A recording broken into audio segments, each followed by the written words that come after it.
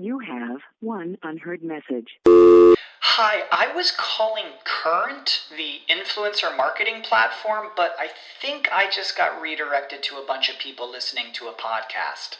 Well, anyways, I was calling Current because I was told they could help get my brand set up on TikTok Shop, and even build out an affiliate program of content creators promoting my brand, and even have those content creators go on live streams and promote my product there.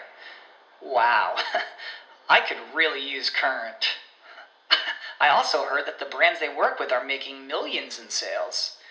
I guess I'll just go to their website at current.tech. When you visit Arizona, time is measured in moments, not minutes. Like the moment your work stress disappears as you kayak through the canyons. Or the moment you discover the life-changing effects of prickly pear chocolate. But nothing beats the moment you see the Grand Canyon for the very first time. Visit a new state of mind. Learn more at hereyouareaz.com.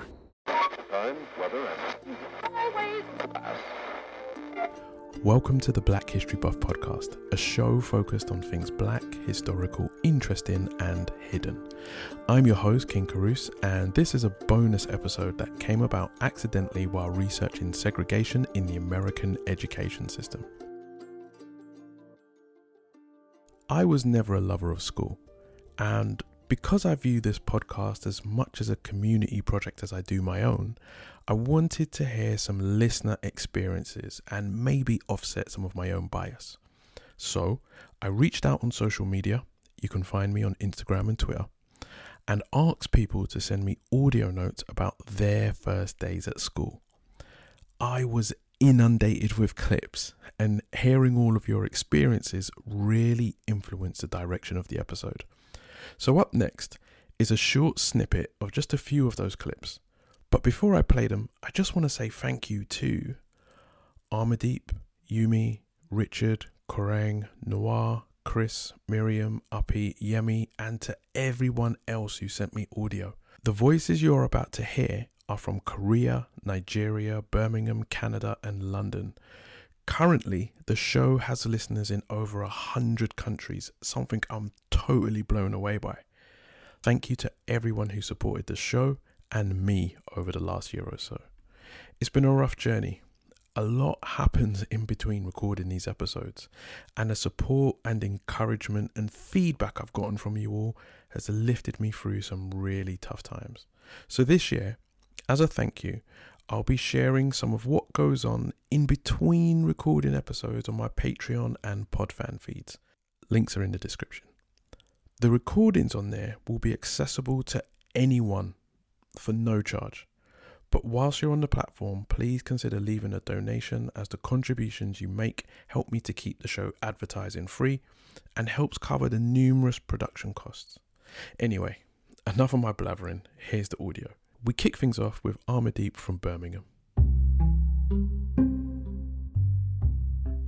My first day at school was incredibly traumatic and stressful. I was 3 years old and my mum left me. I cried lots. I thought she'd abandoned me forever, and I think deep in my subconscious I still haven't quite forgiven her for it. I think it was a sunny day, pretty nice weather, and I kind of felt lost because everything was new. It was a new situation, new people, and as a kid I was pretty scared by everything, and especially new situations. I went to 3 primary schools and I kept getting in fights in all of them. And so I kind of made a vow to myself not to get in any more fights at this new school, secondary school. And lo and behold, I got in a fight on my first day in secondary school. And I remember it because it was my last fight I ever had. And that was my first day experience. My first day in school. I mean, the only thing I could remember was my uniforms were kind of oversized. And I was struggling to hold my pants. And yeah, it was strange. Of course, I was crying all the way through to school, but I eventually liked it after like 3 days of being forced to go to school. Well, my first memories of school begin with kindergarten and going to school for the first time. And so the whole routine of walking to school in the morning and listening for the bell to ring and using my breakfast ticket or lunch ticket to get my food from the cafeteria, and then engaging with other students in class, especially with my first kindergarten teacher, who I remember so fondly because she was warm and engaging. To be honest, I can't remember my first day at school, but one thing I do remember is my mother telling me that she had taken me to school and she was preparing for me to have this episode or separation anxiety, and I didn't. She was like, "Hey, Christopher, I'm going to leave you here. Have a good day." And I'm like, "Okay, bye." And she was so taken aback by that she waited for me to fall out. But she said that I went into the classroom and I didn't even look back. And she said that she went to the car and she started crying because she was the one who had the separation anxiety. I think one thing that was very helpful is that I started out going to basically a West Indian school. All my teachers were from the West Indies. They'd immigrated here. And everyone that I knew was Caribbean. I don't think I saw a white person until I was like 9 years old. And so I think going to a school full of people who are either first generation West Indian kids or West Indian themselves was very much like home. So I didn't feel as if I was an outsider. I wasn't made to feel different or foreign. It really did set me up for success. And I remember us as students walking through the hallways and singing the school song. I don't know how many other children did that, but I think that speaks to how well we loved our school at that time.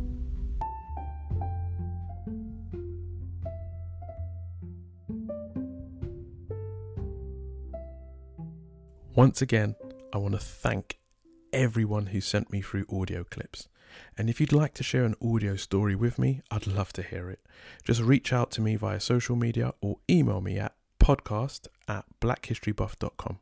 I'm going to be releasing the episode that birthed this bonus clip very soon, but here's a short preview to keep you going till then. Time, weather, and always class. I remember my first day at school.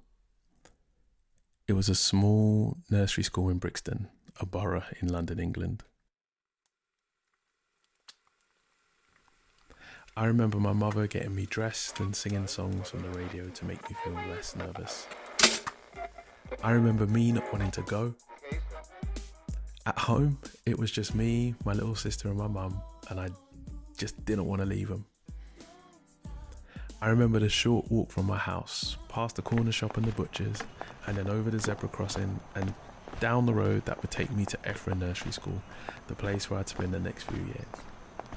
I remember every detail of that walk. I remember the Alsatian dog Charles that I had to pass on the route who barked at me every single day. I remember the cracks in the pavement outside the greengrocers, the weird pelican lights that stood near the zebra crossing. Just Google them.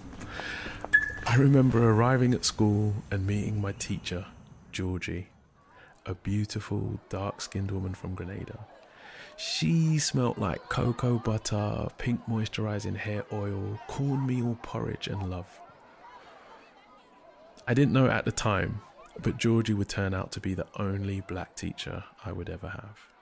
Time, weather, and always class. You've been listening to a bonus episode of the Black History Buff podcast and your host, King Carouse.